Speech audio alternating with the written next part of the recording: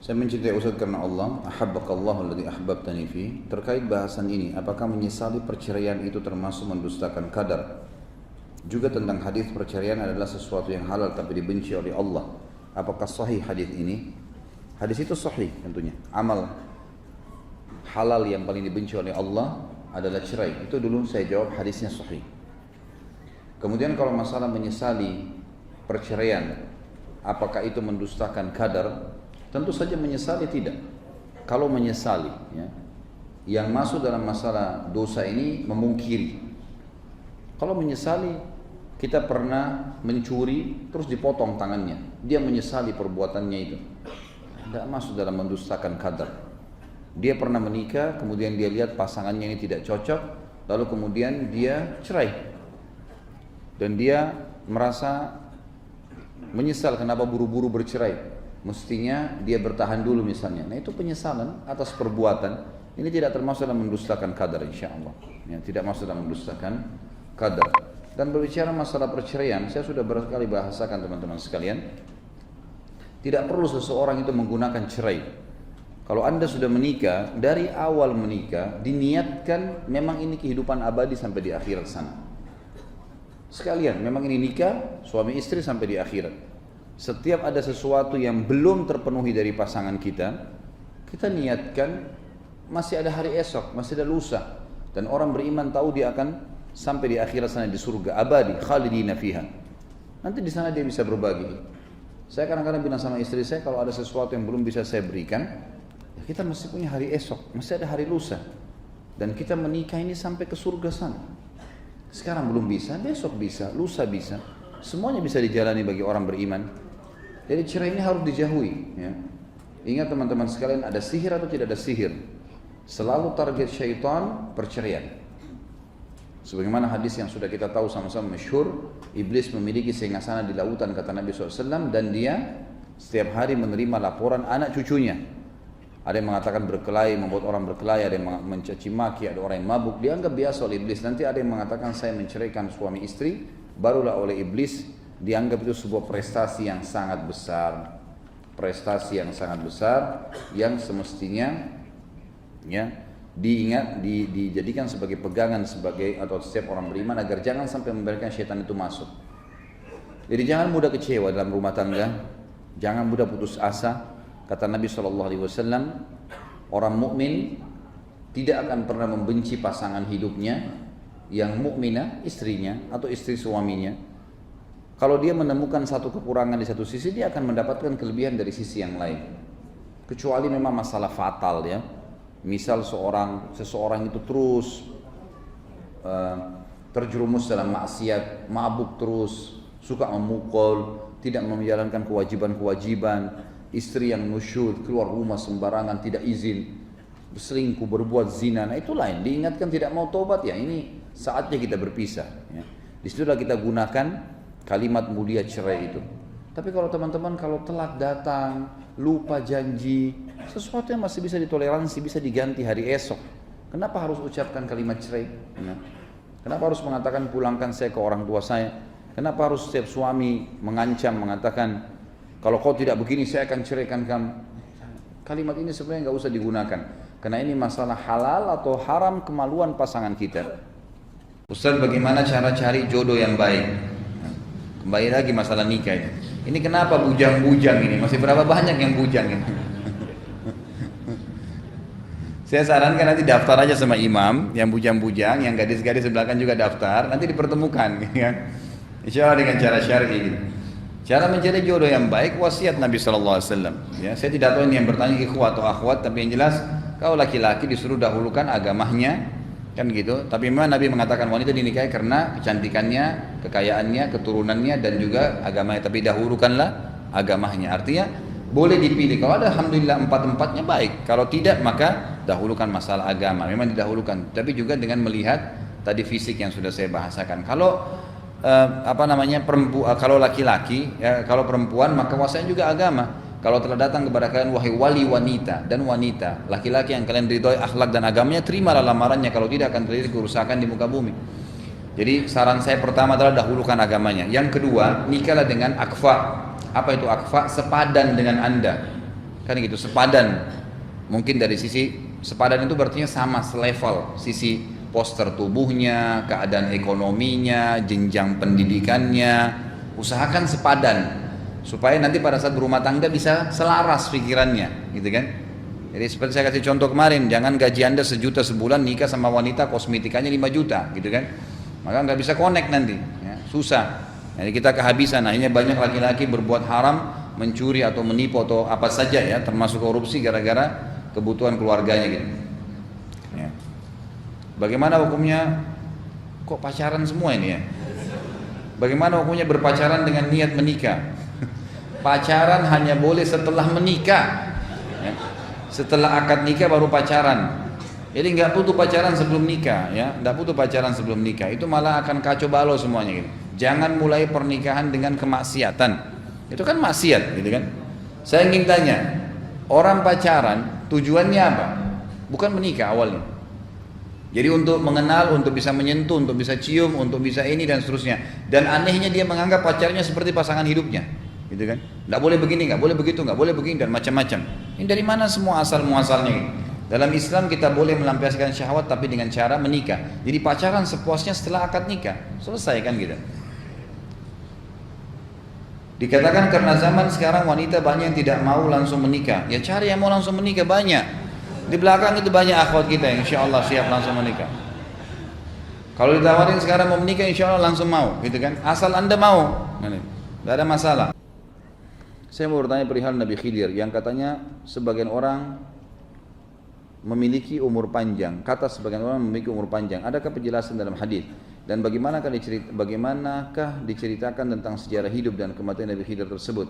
Adakah kaitannya dengan Nabi Khidir yang diceritakan di akhir zaman? Kalau yang disebutkan dalam hadis, dan saya kebetulan pernah menjadi bukan tim editing ya, saya kebetulan setelah ya bisa dikatakan masuk dalam tim edit buku-buku hadis berhubungan dengan masalah kasus Nabi Musa dan Nabi Khidir alaihissalam. Yang satu buku yang diterbitkan dan sudah disebutkan dalam bahasa Indonesia. Kebetulan ada salah seorang ikhwah di Libya kalau nggak salah dia menerjemahkan, kemudian saya yang mengeditnya. Pada saat saya mengedit saya sempat membaca banyak sekali hadis berhubungan dengan Nabi Khidir dan Nabi Musa alaihissalam, tapi memang yang sampai kepada kita Allahu a'lam dinukil dari hadis-hadis memang hanya pertemuan Musa sama Khidir saja. Dan di akhir hadis setelah Nabi SAW ceritakan tentang Musa dan Khidir, beliau mengatakan semoga, kata Nabi SAW ya, semoga Allah merahmati Musa. Kalau dia tidak banyak bertanya pada Khidir, maka kita akan mengetahui lebih banyak lagi mukjizatnya Khidir. Sebatas itu. Tapi belum pernah ada hadis yang menjelaskan Khidir matinya kapan, matinya di mana. Bahkan ulama mengatakan hikmah ilahi, semua kematian para nabi-nabi dan tempat matinya ya tidak dijelaskan secara khusus di hadis. Misal Nabi Muhammad SAW mengatakan umur Adam sekian, ayah kalian kan bisa saja disebutkan dalam hadis ya.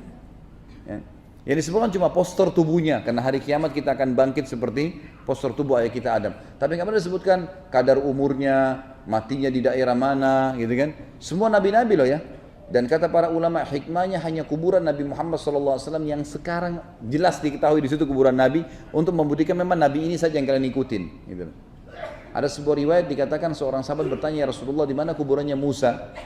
Apa kata Nabi SAW? Di sebuah gunung di Palestina yang kalau dari atas gunung itu dilempar batu, kadar kekuatan seseorang melempar batu. Gunungnya nggak disebutin, di ini dilempar kadar batu kemana? Nggak jelas.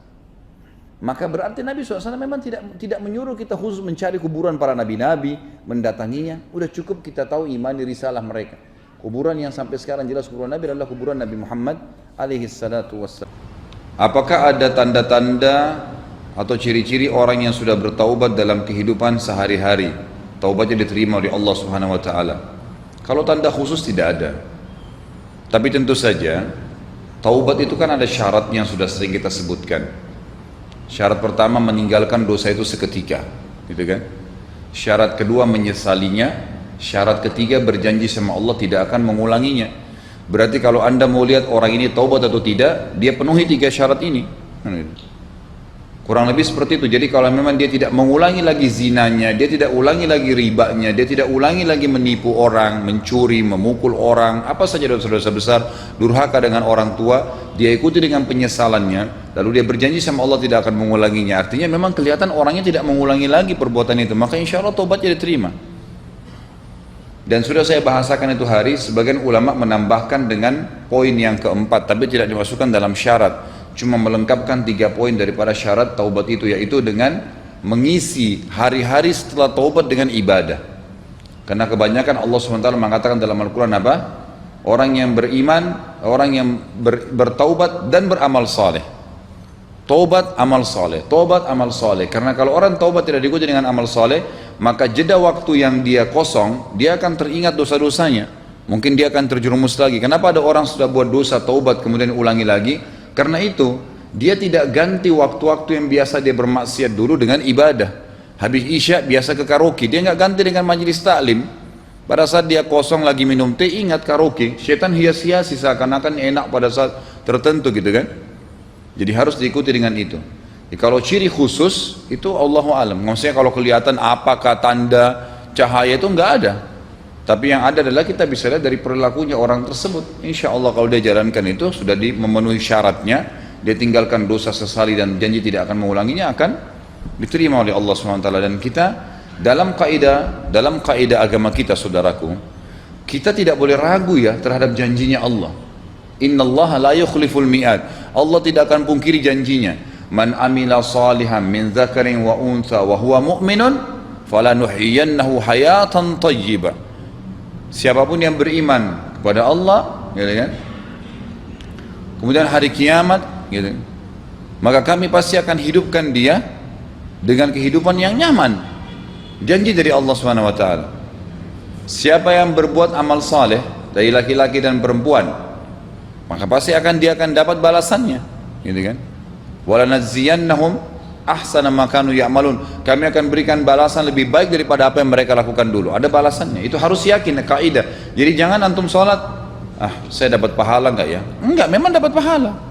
Cuma tinggal kadar banyak atau sedikit yang enggak bisa, enggak. Wudu, dapat pahala. Gugur dosanya, iya. Janji Allah, enggak boleh ragu. Kita harus yakin dengan beribadah kita akan selamat masuk surga, dan dengan berbuat dosa akan masuk neraka. Sebagaimana kita yakin orang kafir kalau mati masuk neraka, kita harus yakin orang mukmin kalau mati masuk surga. Orang yang berbuat maksiat akan dihukum oleh Allah, orang yang berbuat ibadah akan diberikan ketentraman. Itu janji, nggak bisa kita ragu masalah itu. Anak saya pernah berbicara dengan saya, ayah sekarang bukan lagi zaman Nabi SAW, jadi jangan kolot dong. Nah, sedangkan saya sudah memberitahu jika Nabi kita memberikan contohnya. Apa yang harus saya perbuat dengan anak saya, juga istri saya yang mengatakan jika zaman sudah berbeda, kita tidak lagi seperti zaman Nabi. Maksudnya nggak usah ikutin Nabi. Ya. Tidak ada istilah mengikuti Nabi SAW itu ketinggalan zaman. Ya.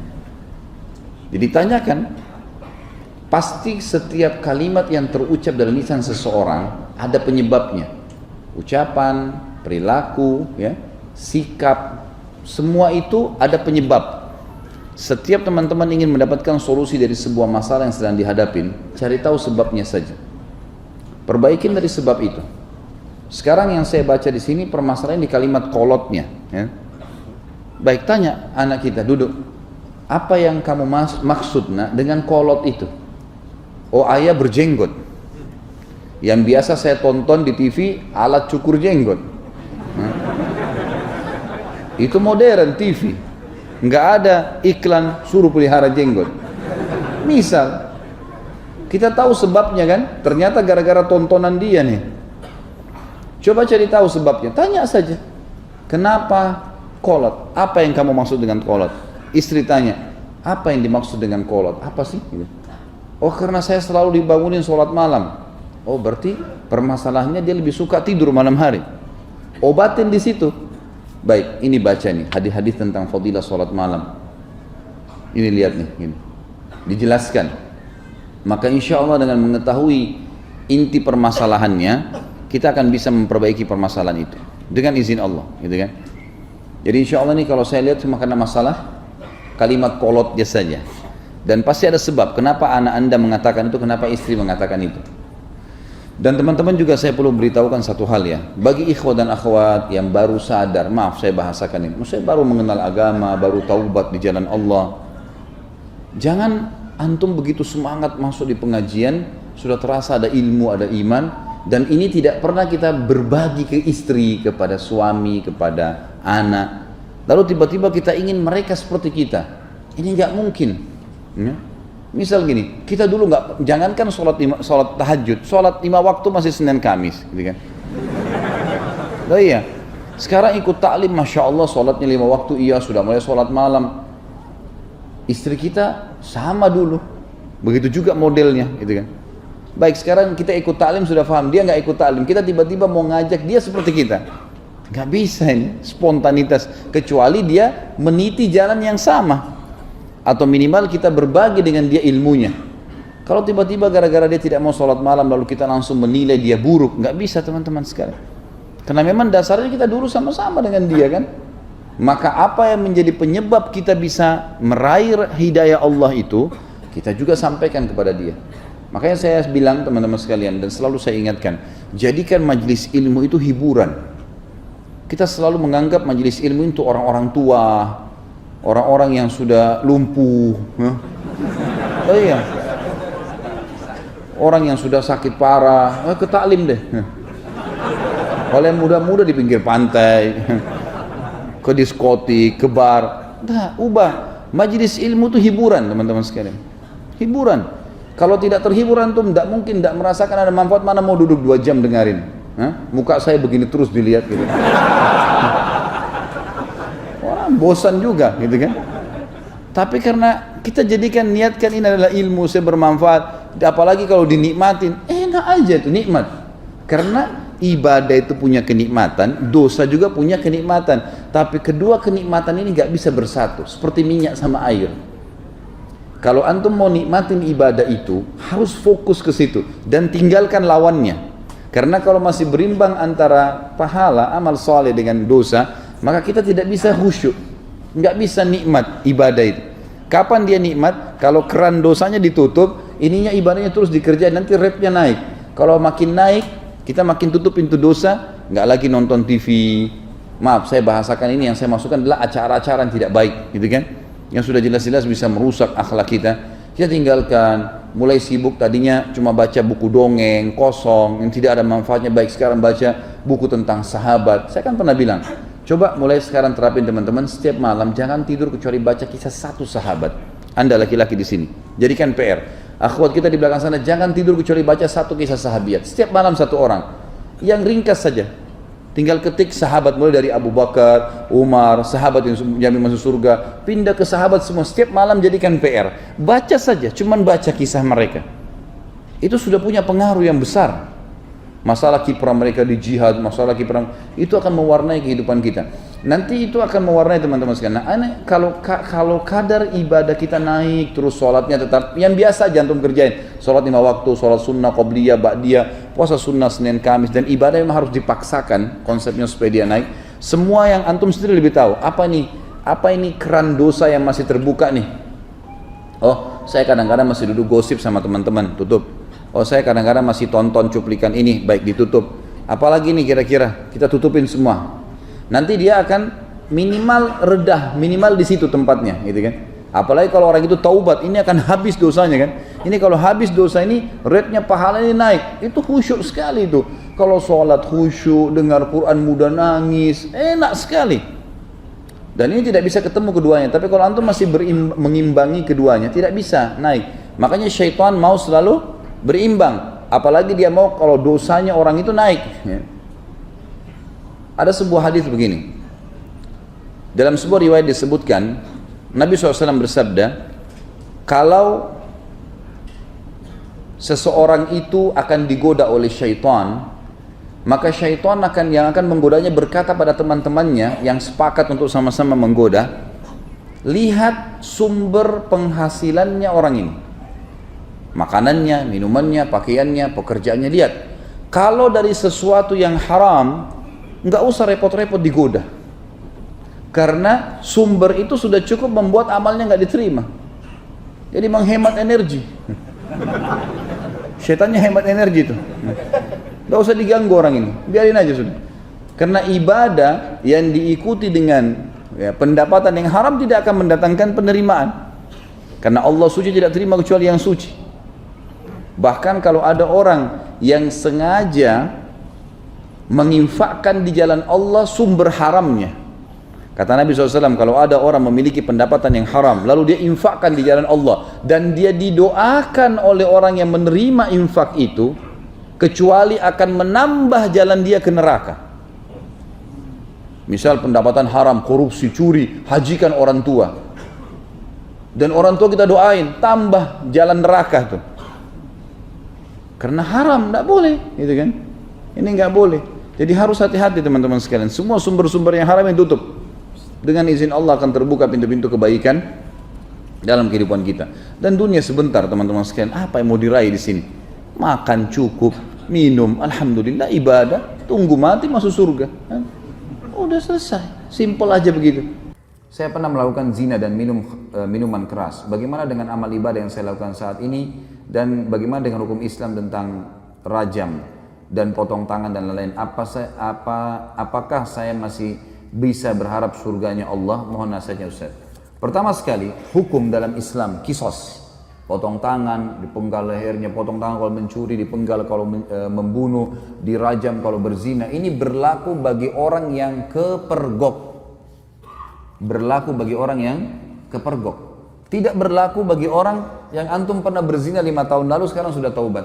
Lalu antum datang kepada seorang ustaz atau kiai, saya sudah berzina, rajam saya. Bukan begitu. Makanya hadis Bukhari yang menjelaskan, seorang wanita pernah datang kepada Nabi SAW dan berkata, ya Rasulullah, saya sudah berzina dan saya hamil dari zina. Dia buat pengakuan. Apa kata Nabi SAW? Kau lagi hamil, pulanglah, melahirkan anak itu. Karena anak itu nggak ada salahnya. Apa kata ulama hadis? Yang dimaksud oleh baginda Nabi SAW, pulang taubat. Jangan kau kesini. Kalau tidak kepergok, udahlah. Taubat, lindungi, kau berlindung di bawah naungannya Allah. Jangan, tidak ada, kita bukan seperti Katolik teman-teman yang harus pengakuan dosa disampaikan segala. Lalu kemudian pasturnya kasih air suci lah kamu selesai. Nah, dalam Islam itu. Karena dalam pengakuan dosa nggak ada. Antum tutupin dosa itu. Kata Nabi SAW dalam hadis Bukhari Muslim, orang yang paling buruk di sisi Allah adalah orang yang sudah Allah tutupi kesalahannya. Dia zina tadi malam nih, Allah tutupi sampai pagi. Lalu dia sendiri yang mengekspos kesalahannya. Saya tadi malam, saya begini. Untuk apa? Wanita itu teman-teman pada saat sudah selesai melahirkan 9 bulan masih kembali, ya Rasulullah, saya sudah melahirkan. Kata Nabi SAW, susui anak ini. Masih ada waktu 2 tahun. Disuruh taubat oleh Nabi SAW, gitu kan? Pulang, habis menyusui ternyata iman dalam hatinya masih kuat. Ya Rasulullah, saya sudah menyusui, rajam saya mau disucikan. Barulah Nabi SAW mengatakan, baik, keraskan bajunya, kemudian dirajam, gitu kan? Karena dia terus meminta kepada Nabi SAW, tapi awalnya disuruh pergi, gitu kan? Lalu kemudian teman-teman sekalian yang terjadi, waktu lagi dilempar, ada seorang sahabat mengatakan, semoga Allah melaknatmu, kenapa kau berzina? Kata Nabi SAW, jangan kau laknat dia. Perempuan ini, demi zat yang ubun-ubunnya Muhammad dalam genggamannya, dia telah bertaubat kalau dibagi untuk 70 orang penduduk Madinah cukup buat mereka semua masuk surga. Luar biasa orang ini, jangan dia. Ada pernah sahabat mengatakan, ya Rasulullah, saya mencium seorang wanita di pinggir Madinah. Asabtul nisa, asabtul mar'ah. Dalam ulama hadis mengatakan, dia mengatakan, saya sudah menciumnya, saya sudah memeluknya, tapi tidak terjadi perzinahan. Kata Nabi SAW, atusolli ma'ana, apa kau sholat bersama kami berjamaah? Kata dia, iya. Kata Nabi SAW, idhab, pergilah dari sini. Udah, artinya kau taubat jangan ceritain ke saya, jangan buat pengakuan tuh, nggak usah. Taubat, tutupin aibmu, bertobat kepada Sang Pencipta. Karena yang kepergok ditangkap lagi zina, itu kena hukum. Kepergok lagi mencuri kena hukum, gitu loh. Pernah ada sahabat datang mengatakan, ya Rasulullah, saya berzina. Dalam hadis Bukhari semua ini. Kata Nabi SAW sambil, ini orang lagi berhadap begini. Nabi SAW alihkan ke sana. Mungkin kau hanya menciumnya. Nabi SAW alihkan dia. Mungkin kau, jangan datang ngaku sini, pergi sana taubat gitu loh. Kata Nabi SAW, mungkin kau hanya menciumnya. Dia datang ke sini, ya Rasulullah, saya telah berzina. Nabi SAW alihkan lagi ke sini. Mungkin kau hanya memeluknya sambil tidak melihat wajahnya orang ini. Dia datang lagi, ya Rasulullah, saya sudah berzina. Nabi SAW balik lagi ke arah kiri. Mungkin kau hanya begini dan begitu. Dia datang, ya Rasulullah, saya meletakkan kemaluan saya, dan kemaluannya saya sudah berzina, rajam saya. Dia mau sucikan dirinya, maka dia berikan kesaksian buat dirinya. Nabi sudah alihkan, tetap dia mau, ya sudah, ya dirajam. Pada saat lagi dilempar, teman-teman sekalian, ini riwayat Bukhari, lagi dilemparin, sahabat ini rupanya kesakitan, lagi dirajam, lari dia. Ada satu sahabat kejar, diamtam pakai batu, mati, karena dipukul pakai batu, dikejar kan? Kata Nabi SAW, halla taraktumu fayatubu yutubullahu alaih. Tidakkah kalian biarkan aja dia pergi? Semoga saja dia taubat dan Allah terima taubatnya. Karena ini shock terapi sebenarnya kan, supaya dia tidak ulangi. Dalam Islam tidak ada teman-teman begitu orang buat ngaku penggal lehernya, ngaku potong tangannya, bukan itu. Ini memang Allah mengatakan a'udzu minasyaitonir walakum fil qisasi hayatun ya ulil albab. Dalam kisas itu ada kemakmuran hidup bagi kalian, bagi orang-orang yang berakal, dan ini bagi orang yang seperti saya jelaskan tadi teman-teman yang kepergok. Kalau orang sudah taubat, antum melakukan dosa sudah taubat, sudah antara antum dengan Allah, jangan ceritakan. Dan ulama masuk dalam bab masalah menikah, tidak dibenarkan seorang laki-laki bertanya pada istrinya atau istri bertanya pada suaminya, sebelum nikah kau pernah berzina enggak? Ini enggak boleh ditanyain dan tidak boleh dijawab. Yang ditanya enggak boleh jawab. Untuk apa? Baik kalau dia bilang iya saya pernah zina, gimana? Untuk apa nanya? Sekarang depan mata saya ini istri saya, ini suami saya, selesai. Yang saya tahu zahirnya adalah orangnya baik, itu hukum kita. Jangan korek-korek yang kita tidak tahu, nggak usah. Nggak perlu. Nggak usah periksa-periksa HP, ngambil tugasnya malaikat. Lah iya, Allah titip malaikat kiri kanan nggak? Yakin nggak dengan itu? Apa fungsinya? Kiraman katibin kata Allah. Tugasnya nulis. Ngontrol suami kita di mana, istri kita di mana, dia yang nulis. Dan tidak ada yang luput dari penglihatan Allah SWT. Tidak ada dosa yang luput. Jangan repot-repot kita yang sibuk hubungi siapa, bicara sama siapa, habis umur untuk itu. Saya bilang sama istri saya nggak akan periksa HP-mu. Urusan kamu dengan Allah. Saya cuma ingatkan, tapi sesuatu yang salah depan mata saya luruskan. Dan saya tentram hidup dengan cara seperti itu, gitu kan? Gak usah repot-repot, ada urusan sama Allah, kita selalu ingatkan kepada Allah SWT. Ini gak usah repot-repot, ini sekretaris dua ini luar biasa, gak tidur, gak capek. Ma yalfidhu min qaulin, kata Allah, tidak ada satu kalimat yang terlewat illa ladaihi raqibun atid, kecuali dirakib, dikontrol, diawasi, dicatat semua. Jadi gak ada sesuatu yang membuat harusnya kita melampaui batas, teman-teman sekalian. Jadi seperti itulah hukum syar'i, ya. Dan yang menjatuhkan vonis hukuman qisas hanya pemerintah setempat. Saya tutup teman-teman sekalian dengan perkataan saya. Banyak orang-orang sekarang yang sering memvonis banyaknya, oh kalau hukum qisas tidak ada, pemerintah tidak terapkan, berarti masalah togut. Togut ini berarti yang disembah selain Allah. Teman-teman sekalian, wahai anak-anak muda muslim, tenangkan pikiran, masukkan iman dalam hati. Jangan terbawa dengan arus fitnah yang terjadi. Main vonis pemerintah Indonesia ini kafir, pemerintah ini kafir, Ya akhi, siapa kamu? Duduklah, ibadahlah kepada Allah, azan ke masjid, baca Quran, perbanyak ibadah, jaga mulut. Kata Nabi SAW, man kana yu'minu billahi wal akhir falyakul khairan aw liyasmut. Siapa yang mengaku beriman pada Allah dan akhir, dia cuma ucapkan yang baik, yang dia tahu dan dia tahu bermanfaat buat dia di akhirat, atau dia diam. Jangan ikut campur, nggak usah. Sekarang antum memvonis si fulan tidak benar, si fulan tidak benar. Dari mana ilmu antum tidak benar? Indonesia ini bukan negara Islam. Tapi teman-teman sekalian, berapa presiden kita? 5 atau 6 sebelumnya yang sampai sekarang Muslim atau bukan? Muslim. Salah satu syarat negara Islam pemimpinnya Muslim. Yang kedua, mayoritas masyarakat Muslim atau bukan? Tinggal yang ketiga syaratnya, terterapkannya hukum Islam, kan gitu. Baik, pertanyaan di Indonesia, apakah hukum Islam sudah diterapkan? Sudah akhi, sebagian belum. Sekarang begini anda tanya, ini hukum Islam belum? Bukan duduk di majelis ilmu begini. Takmir masjid, hukum Islam bukan? Azan dikumandangkan, 5 waktu sholat dikumandangkan. Kalau kita Ramadan diiklanin nggak? Baik, kalau kita pergi haji, jemaah haji pergi nggak? Pemerintah buat nggak program haji? Puasa Ramadan, zakat, ada badan zakat nasional, kita bebas. Antum sekarang buat yayasan, kumpulin zakat, sedekahkan, buka rumah anak yatim, buka pesantren. Kita punya pengajian agama, antum nikah dengan cara Islam bukan? Baik, antum cerai Islam. Ada majelis ulama enggak di Indonesia? Teman-teman sekalian, yang belum diterapkan di Indonesia apa? Pencuri potong tangan, ya? Orang berzina dirajam. Ini bagian daripada syariat, bagian. Bukan totalitas syariat di situ. Harus kita tenangkan pikiran dan hati kita, teman-teman. Jangan terbawa cuma emosional dan ilmunya kurang, akhirnya kemana-mana nih, gitu kan? Ban mobil kita kalau bannya lagi kempes, tambah angin saja, jalan. Kita enggak, kempes, buang semua mobilnya.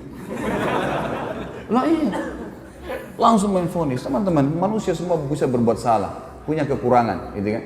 Tetapi kita mendoakan. Yang saya lihat adalah kita di Saudi misal contoh ya, saya karena pernah tinggal di sana, saya melihat di setiap mimbar hari Jumat, semua khatibnya pasti mendoakan agar pemimpin mereka dapat hidayah.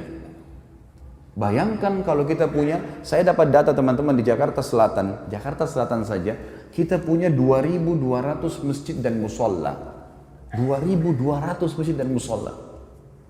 Ini mungkin sejumlah dengan masjid di negara-negara muslim yang lain yang kecil. Ini baru Jakarta Selatan, kita punya 5 wilayah Jakarta. Ada pusat, ada barat, ada utara, ada timur, ada selatan. Ini kalau 2.000 aja setiap wilayah kita punya 10.000 masjid.